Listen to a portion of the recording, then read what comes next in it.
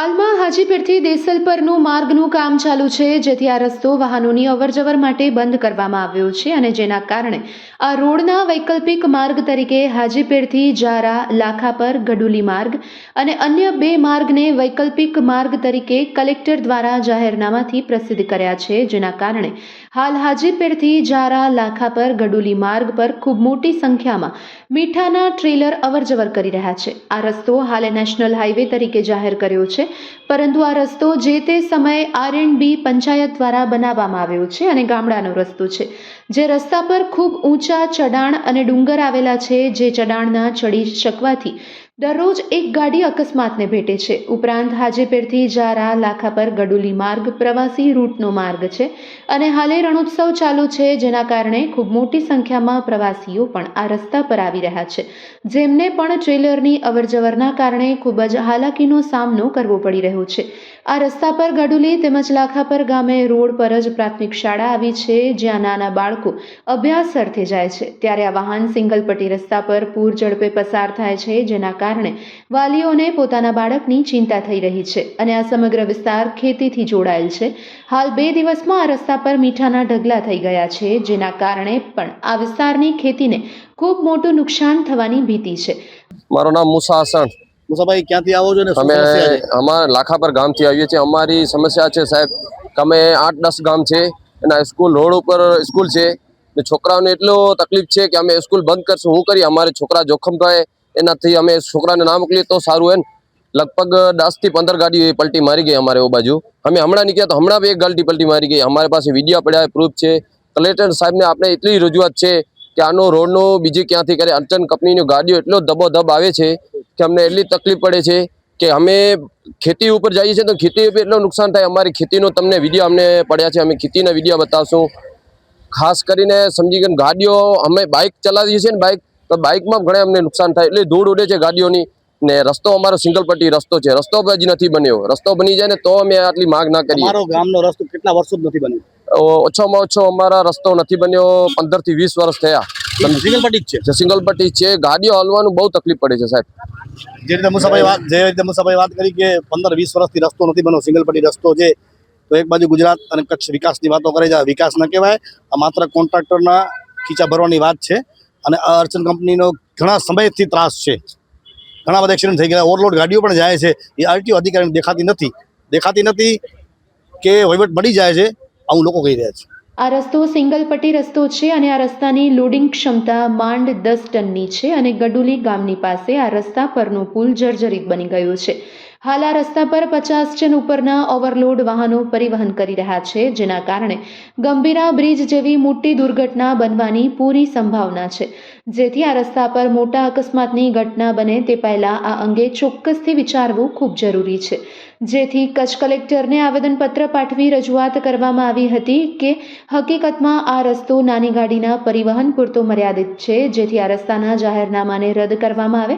આ સાથે જ ગડુલી, લાખાપર, જારા, ખટિયાના સમસ્ત ગ્રામજનો તારીખ 5મી ફેબ્રુઆરીના મામલતદાર લખપતની ઓફિસ સામે લાખાપર, ખટિયા, જારા, ગડુલીના લોકો ધરણા પર બેઠા તથા શાળા બહિષ્કાર પણ કર્યું હતું અને તેમને સંતોષકારક જવાબ નહોતો મળ્યો। તો આ કલેક્ટરને વિનંતી કરાઈ હતી કે આ બાબતે યોગ્ય વિચારણા કરી યોગ્ય અને સંતોષકારક નિર્ણય લેવામાં આવે તેવી માંગ સમસ્ત ગ્રામજનો દ્વારા કરવામાં આવી હતી। પરિચય, અમારું નામ હુસેન રામા, પૂર્વ સદસ્ય લખપત તાલુકા પંચાયત। આજે અત્યારે આપણને તમને બધાને ખબર હશે કે હાજીપીરથી દેસલપર સુધીનો 32 કિલોમીટર સિમેન્ટ રોડ બની રહેલ છે અને આ સિમેન્ટ રોડ બનવાના કારણે જે મીઠા બનાવતી કંપની છે અર્ચિન, સત્યસ અને ભગવતી, જે મીઠાનું પરિવહન કરે છે, તો આ મીઠાના પરિવહન માટે ગાડીઓ 3 રૂટ ઉપરથી જતી હતી।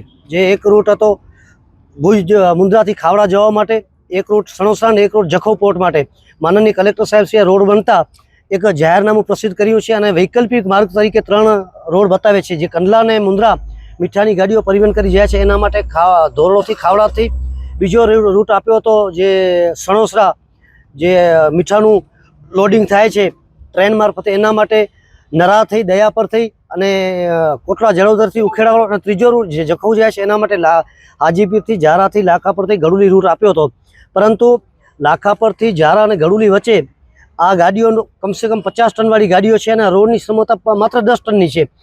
પીડબ્લ્યુડી વિભાગે કલેક્ટર સાહેબને એવું સૂચન કર્યું હતું કે આ ગડુલી સાંતલપુર નેશનલ હાઈવે છે, પરંતુ ખરેખર ગડુલીથી લાખાપર વચ્ચે જે 7 કિલોમીટરનું છે એ નેશનલ હાઈવે છે જ નહીં, એ સંપાદન નથી થઈ. લાખાપરથી બાયપાસ સાંતલપુર રોડ જાય છે, તો એના કલેક્ટર સાહેબે આ જાહેરનામું પ્રસિદ્ધ કર્યું. અત્યારે ત્યાં ગાડીઓ નીકળે છે, તો આ ગાડીઓ નીકળવાના કારણે ત્યાં ખેતીને ખૂબ મોટા પાયે નુકસાન થઈ રહ્યું છે. દરરોજ ગડુલીથી લાખાપર 7 કિલોમીટરમાં એક જ એકર જમીન નહીં હોય કે જ્યાં ખેતી ન થતી, અને ખેતી પણ દાડમ, આંબા, ખારેક, મગફળી, એરંડા જેવા બગાયતી પાક થાય છે. લાખો 50 કે 60 લાખ રૂપિયાના થાય. આ મીઠાના વાળી ગાડીઓના કારણે મીઠું નીચે પડે છે, અને એના રસાયણના કારણે, એના ક્ષારના કારણે ખેતીને નુકસાન થાય છે, ખૂબ મોટા પ્રમાણમાં નુકસાન થાય છે. સાથે સાથે ગડુલી અને લાખાપર વચ્ચે એક પુલ છે જે 40 વર્ષ જૂનો પુલ છે. એ પુલની 10 ટનની ક્ષમતા છે, તે 50 ટન વાળી ગાડી ચાલે છે. સાથે સાથે અત્યારે પ્રવાસન ક્ષેત્ર પણ કચ્છ ખૂબ આગળ છે. ધોરડો દરરોજ હજારો પ્રવાસીઓ આવે છે. ધોરડો આવ્યા બાદ આ લોકો સાંતલપુર હાઈવેથી આશાપુરા માતા નંબર, કટેશ્વર, કોટેશ્વર કે લખપત જતા હોય તો ગડુલી, જારાથી લાખાપર થઈ ગડુલી આવતા હોય છે. પરંતુ આ ગાડીઓ જ્યાં જારા અને લાખાપર એટલો મોટા ચરણ થઈ છે કે મોટી ગાડીઓ નીકળતી નથી. અમે આ અંગે માનનીય કલેક્ટર સાહેબશ્રીએ જાહેરનામું પ્રસિદ્ધ થયું એના કરતાં આગળ ગડુલી ગ્રામ પંચાયતના સરપંચશ્રી અને લાખાપર ગ્રામ પંચાયતના સરપંચશ્રીએ માનનીય કલેક્ટર સાહેબ શું ધ્યાન દોર્યું હતું કે આ જાહેરનામામાં આ રૂટ ન બનાવવા આવે. ત્યારબાદ અમે મામલતદાર કચેરીએ ધરણાનો કાર્યક્રમ કર્યો. પરમ દિવસ સોમવારનો અમે ચક્કાજામ કર્યો. પ્રાંત સાહેબનું પણ ધ્યાન દોર્યું, પરંતુ જાહેરનામું રદ ન થતાં આખરે આજે ગડુલી, લાખાપર, જારા અને ખટિયાના લોકો અહીંયા માનનીય કલેક્ટર સાહેબશ્રી પાસે રજૂઆત કરવા આવ્યા છે કે સાહેબ આ જાહેરનામું આપ રદ કરો. અને એની સાથે સાથે શુક્રવારના જે ચક્કાજામનો કાર્યક્રમ હતો ત્યાં લાખાપરના બાળકો પણ ચક્કાજામમાં જોડાયો હતો, જે આપ મીડિયાના માધ્યમથી જોયું હશે. અને લાખાપર ગામ એ આખું ઉત્તર દિશામાં આવેલ છે, વચ્ચે રોડ આવે છે, દક્ષિણ દિશામાં સ્કૂલ આવે છે.